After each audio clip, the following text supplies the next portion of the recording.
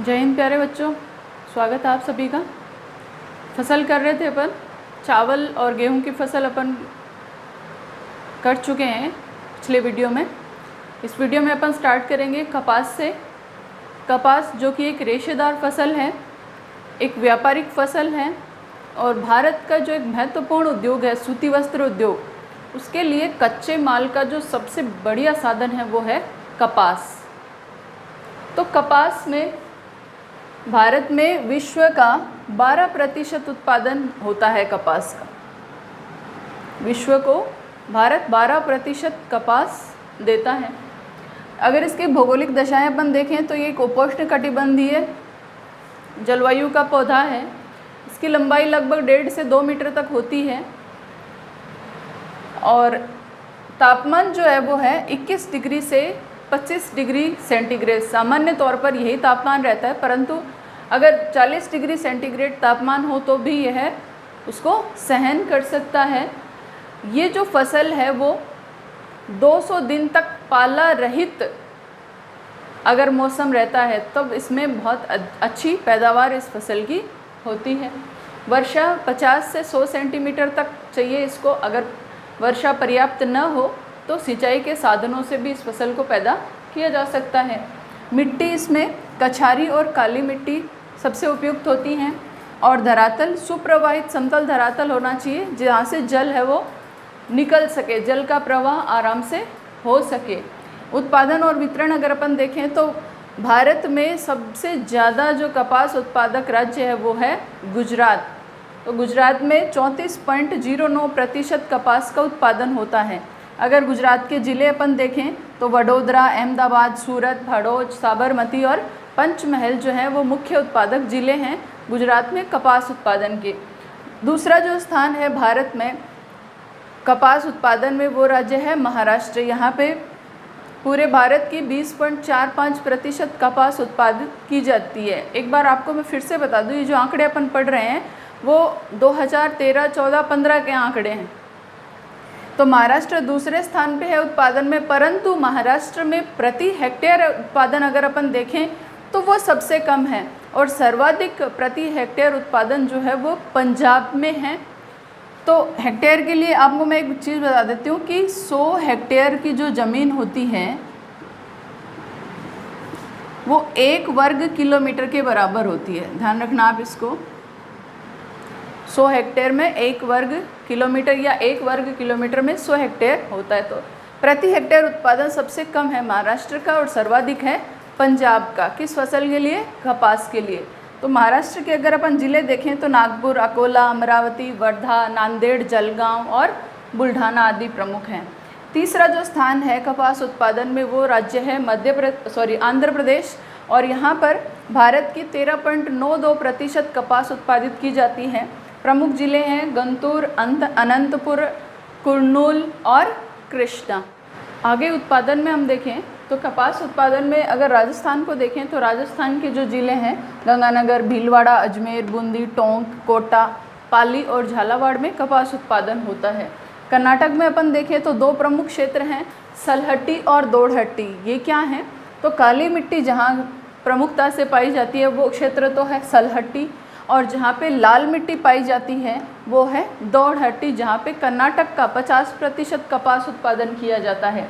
पंजाब का मैंने आपको बता ही दिया कि सबसे ज़्यादा जो प्रति हेक्टेयर उत्पादन है उसमें अग्रणी राज्य है पंजाब और साथ ही हरियाणा में भी कपास का उत्पादन काफ़ी बहुतायत से होने लगा है। तो हरित क्रांति के बाद में जब वैज्ञानिक विधियों को उपयोग में लाया जाने लगा, रासायनिक उर्वरकों को काम में लाया जाने लगा, उन्नत बीज काम में लिए जाने लगे, तो कपास की भी एक प्रमुख फसल या कहें कि प्रमुख नस्ल बनाई गई जिसको कि कहते हैं बीटी कॉटन। कपास के पौधे में एक कीट लगा होता है जिसको कहते हैं डोडा कीट, जो कि कपास की फसल को नष्ट करता है, उत्पादन ढंग से नहीं हो पाता। तो पंजाब में इसका प्रैक्टिकल किया गया कि हरित क्रांति के बाद में जब उन्नत बीज आने शुरू हुए तब कॉटन का जो बीज है उसमें एक बैक्टीरिया को इंजेक्ट करवाया गया जिसका नाम है बैसिलस थोरेंजियंसिस। ये जो बैक्टीरिया है इसको कपास के बीज में जब इंजेक्ट कराया गया तो जो फसल प्राप्त हुई या जो नस्ल प्राप्त हुई उसको कहते हैं बीटी कॉटन। क्या कहते हैं? BT cotton.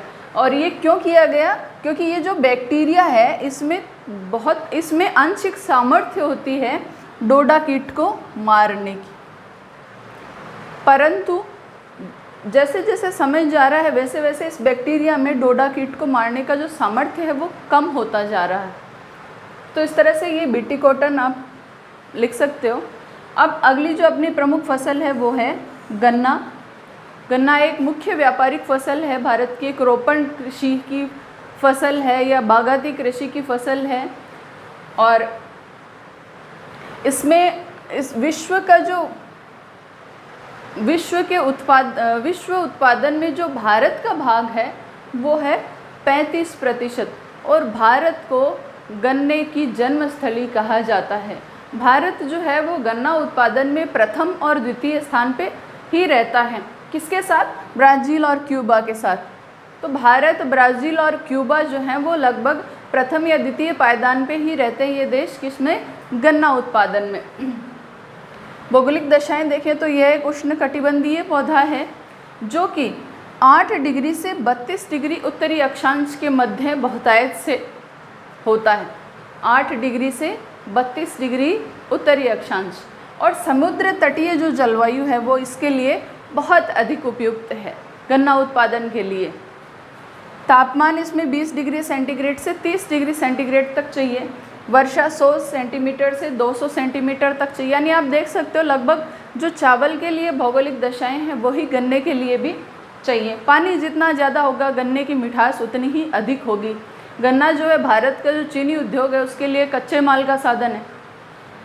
मिट्टी इसके लिए दोमट, गहरी, चिकनी और काली मिट्टी चाहिए।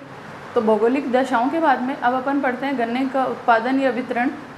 तो गन्ने के उत्पादन में उत्तर प्रदेश जो है वो प्रथम स्थान पर है। भारत में 38.56% गन्ना जो है वो उत्तर प्रदेश से प्राप्त होता है। और इसमें अगर अपन प्रमुख स्थान देखें तो वो 2 स्थान हैं, एक तो तराई का क्षेत्र है और एक दोआब क्षेत्र है। तो तराई क्षेत्र जो है वो रायपुर, बरेली से लेकर बिहार के चंपारण तक विस्तृत है।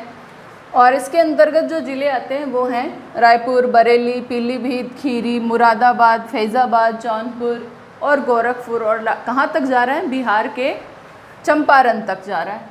और दोआब क्षेत्र के अंतर्गत गंगा यमुना का जो दोआब क्षेत्र है वो आता है, जिसके अंतर्गत 2 प्रमुख ज़िले मेरठ और इलाहाबाद आते हैं। और मेरठ का जो गुड़ है वो सबसे ज़्यादा प्रसिद्ध है बहुत।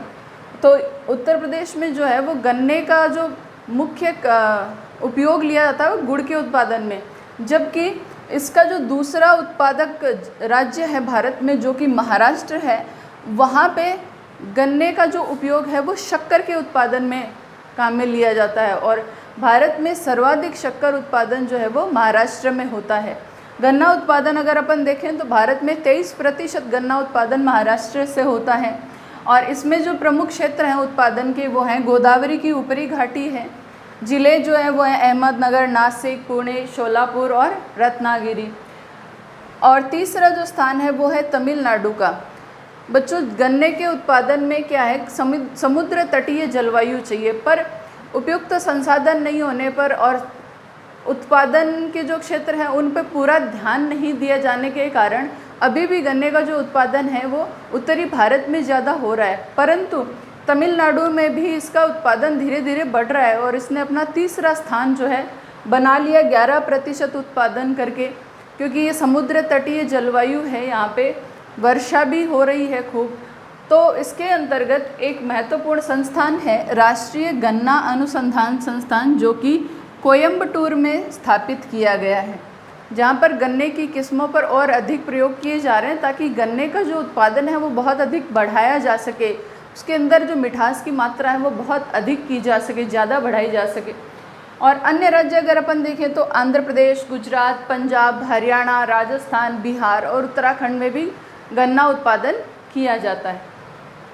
अब देखिए इसके गन्ना जो है वो भारत की प्रमुख व्यापारिक फसल है, खरीफ की एक बहुत बढ़िया फसल है, व्यापारिक दृष्टि से बहुत बढ़िया फसल है, परंतु इसका उत्पादन जितना होना चाहिए उतना नहीं हो पा रहा। कुछ ऐसी समस्याएं हैं जो गन्ना उत्पादन में बहुत अधिक आड़े आ रही हैं, वो कौन कौन सी हैं? देखिए, एक तो है समुद्र तटीय जलवायु इसके लिए आवश्यक है, परंतु इस ओर ध्यान नहीं देके इसका उत्पादन कहाँ किया जा रहा है? वही परंपरा के अनुसार उत्तरी भारत में। उन्नत तकनीक का अभी तक गन्ना उत्पादन में कोई उपयोग नहीं किया गया। फिर किसानों को इसका समय पर मूल्य नहीं मिल पाता, क्योंकि सरकार द्वारा इस फसल के लिए मूल्य निर्धारण की जो नीति है वो पूरी तरह स्पष्ट नहीं है। उचित मूल्य निर्धारण है नहीं गन्ने की फसल का, तो किसानों को उस फसल का मूल्य पूरा भी नहीं मिल पाता और समय पर भी नहीं मिल पाता, तो वो लोग क्या है, इसके उत्पादन की ओर ज़्यादा आकृष्ट नहीं हो पाते। अधिक श्रम की आवश्यकता होती है गन्ना उत्पादन में, और मौसम की मार, अगर वर्षा नहीं हो टाइम पे और अगर पर्याप्त पानी अगर गन्ने को नहीं मिले तो गन्ना क्या होता, सूख जाता, उसके अंदर मिठास नहीं रहता, वो फसल उतना उत्पादन नहीं दे पाती जितना उससे मिलना चाहिए। तो ये सारी समस्याएं वो गन्ने के उत्पादन में भारत में देखने को मिलती हैं। अब अपन इस चैप्टर का लास्ट टॉपिक करेंगे बच्चों, जो कि है एक रोपण कृषि की फसल, बागायती कृषि की फसल, या अपन कहेंगे नगदी कृषि की फसल। बहुत ही महत्वपूर्ण फसल है जिसका काफ़ी उत्पादन भारत में होता है, या अपन कहें कि भारत इसकी जन्मस्थली है। और उस फसल का नाम है चाय। चाय का बहुत अधिक उत्पादन भारत में होता है, परंतु स्थानीय उपभोग की मात्रा अधिक होने के कारण निर्यात इतना अधिक नहीं हो सकता जितना उत्पादन होता है। तो श्रीलंका के बाद में निर्यात में भारत का दूसरा स्थान है चाय में। विश्व में अगर अपन देखें तो विश्व में उत्पादन में और क्षेत्रफल दोनों ही दृष्टि में इसका लगभग प्रथम स्थान रहता है, और निर्यात में इसका द्वितीय स्थान है श्रीलंका के बाद में, जैसा कि मैंने अभी बताया।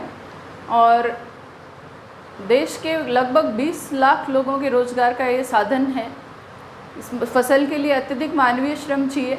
जो इसमें फसल है उसकी पत्तियां तोड़ के चाय बनाई जाती है, उसको सुखा के।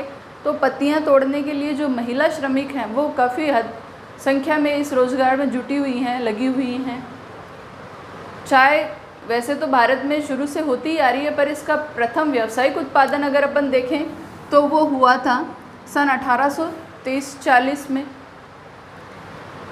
अंग्रेज जब भारत में आए, अपने उपनिवेश स्थापित किए, तो उन्होंने बागायती कृषि का एक प्रचलन शुरू किया, जिसमें से चाय भी एक प्रमुख फसल है, जिसको एक बहुत ही महत्वपूर्ण बागायती कृषि या व्यापारिक कृषि के अंतर्गत लिया जाता है। अगर अपन इसकी भौगोलिक दशाएं देखें तो इसकी भौगोलिक दशाओं में यह एक उष्णकटिबंधीय जलवायु का पौधा है।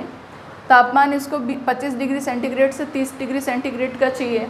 इसमें वर्षा की मात्रा बहुत अधिक होनी चाहिए, यानी 200 से 250 सेंटीमीटर तक वर्षा होनी चाहिए। और इसमें इस पौधे को, ये इतना कोमल पौधा होता है कि सुबह की बिल्कुल सुबह वाली धूप है वो तो इसके लिए अच्छी होती है, परंतु बाद में इसको छाया का मौसम चाहिए, वरना इसकी जो पत्तियां हैं, जो पौधा है, वो बिल्कुल धूप से झुलस जाता है। और मिट्टी इसको चाहिए गहरी गंधक युक्त मिट्टी चाहिए। धरातल सुप्रवाहित अच्छा जल प्रवाह होना चाहिए उसमें, और ढालू पहाड़ियाँ होना चाहिए। पहाड़ियाँ में सीढ़ीनुमा खेती है वो की जाती है चाय की। और अगर अपन इसका उत्पादन और वितरण देखें तो सर्वाधिक उत्पादन असम का रहा है। 54% उत्पादन के साथ भारत में प्रथम स्थान पे असम है। इसके जिले शिवसागर, लखीमपुर, दरांग, गोलपाड़ा और नौगांव हैं। द्वितीय स्थान पे पश्चिम बंगाल है, जो कि कुल उत्पादन का 23% उत्पादन कर रहा है। इसके प्रमुख जिले दार्जिलिंग, जलपाईगुड़ी, कूच बिहार, पुरुलिया आदि हैं।